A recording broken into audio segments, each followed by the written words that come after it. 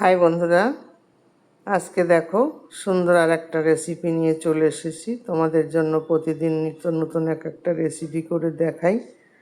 তোমরা যদি এই রান্নাগুলো করে খাও তাহলে দেখবে খুবই সুন্দর। আমি তেলের মধ্যে দিয়ে দিলাম একটু জিরে ফোড়ন। আজকে কি করব, ডায়েটের বড় বড় পিস মাংস রান্না করব।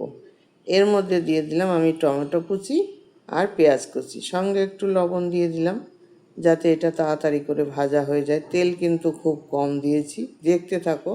ডায়েটের শুধু কুচানো মাংস দেখিয়েছি, আজকে মাংসের ঝোলটা কেমন করে করব।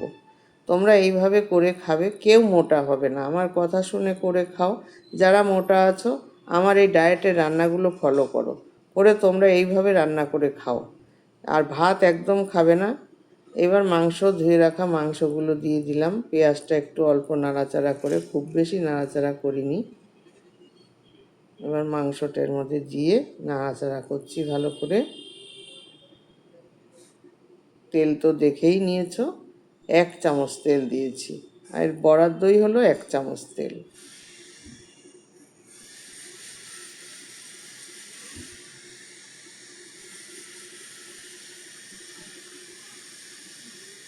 এবার দিয়ে দিলাম আদা বাটা, জিরে বাটা আর অল্প একটু কাঁচা লঙ্কা বাটা।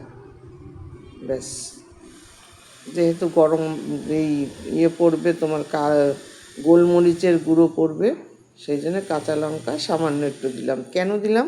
যেহেতু আজকে মাংসের ঝোল হবে তাই। এখন কেটে রাখা পেঁপে আর গাজর, আলু দেওয়া যাবে না। আলু দিলে তো সেই মোটাই হয়ে যাবে, তাহলে ডায়েট করলো কোথায়।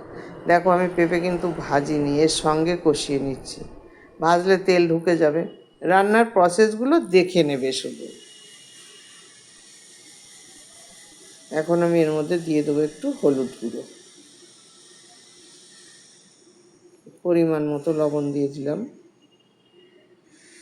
আর দিয়ে দিলাম এখন থেতো করে রাখা রসুনগুলো। আমি এর আগে কিন্তু দেইনি। এই রসুনটা পুড়ে গেলে গন্ধটা থাকবে না। এবার একসঙ্গে একটু ঢেকে দিলাম। দেখো জল বেরিয়ে গেছে।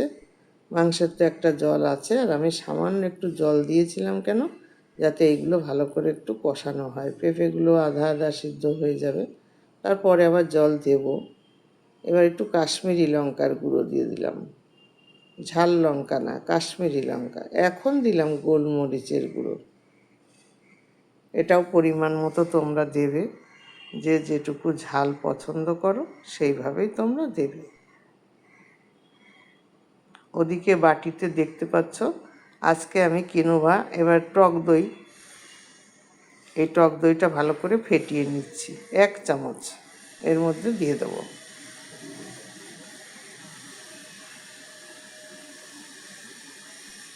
ওদিকে ওই যে বাটিতে হচ্ছে কিনোভার ভাত, হচ্ছে কিনোভা চালের ভাত।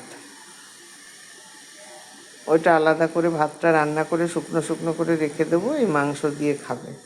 একটু এলাচের গুঁড়ো দিয়ে দিলাম।